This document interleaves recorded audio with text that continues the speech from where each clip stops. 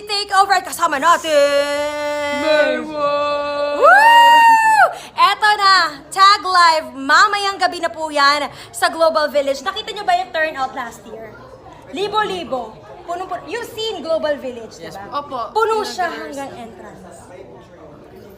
Excited na ba kayong ma-experience yun? Sobrang excited na kami na makasama natin yung OFW dito sa Dubai. Ayan. At syempre sana next time, bumalik ulit kayo sa Global Village. Oo naman po. Nakaikot na ba kayo? Hindi pa masyado po eh. Konti lang. Nag-rehearsal. Close pa naman nung time na yon, di ba? Alright, maraming salamat. So nice, so very humble tong dalawa. Thank you! Ito talaga kay Maymay is to bring her to New York Fashion Week. So that we can actually pursue that. Teka lang, hindi ko po alam. That's my dream, so it's not yet. Okay, next tama ko.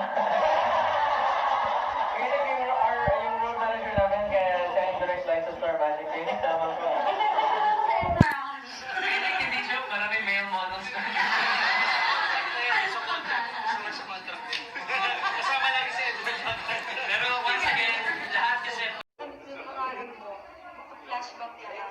Ay, mas humble ko. So, ayun, mas nagiging, mas masaya, tas mas nakikita mo yung realidad na mas mabuti pala na mabuhay ka, na puno ng pangarap at saya, kaysa mabuhay ka na puno ng insecurity. Ayun lang. how about you? OFW here in Dubai. I never expected, I don't think my mind ever expected to ever be in a position to inspire someone, to give someone hope. So that's one of the reasons that we love doing what we do. We love coming to countries like this, just to see our being in any country that it may be, and to just give hope. And never thought I'd be able to do that. And to anyone who might be watching this now, who's feeling a little bit down, please take comfort in the fact that Maymay and I will do everything that we can to make you guys smile. Whether it be a bad day or a good day, hopefully anything that we can do to help you, we will do it. And just try and give you a little bit more happiness. Because remember, if we give you happiness, it's also because of you guys. You guys are the ones giving us the strength to do it. Any challenge that we may have in our lives, you guys give us the strength and the energy, and you help us persevere through those times. This is all for you guys as well. Anything that we'll do in the future, because I believe whether it be you may be in OFW or not, you guys are the strongest. We Filipinos are the strongest.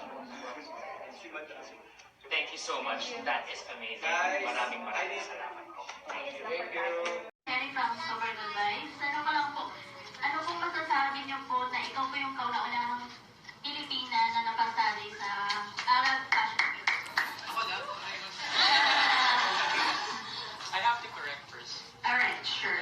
The first Filipino celebrity to walk for Arab Fashion Week. Yes. But the first Filipino to open Arab Fashion Week.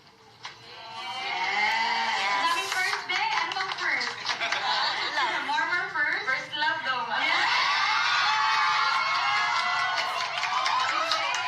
First love yan ang movie. Gusto ko magpasalamat. Pinupuntahan niyo. Grabe yung mag-test.